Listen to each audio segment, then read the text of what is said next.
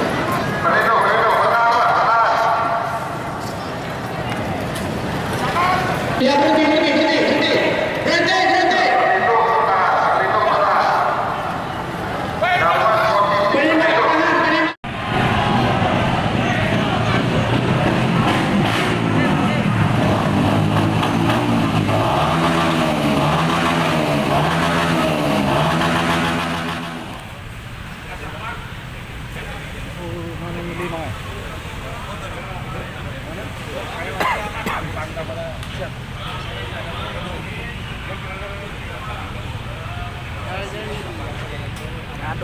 bentar. Jangan dorong di belakang, jangan dorong. Tahan.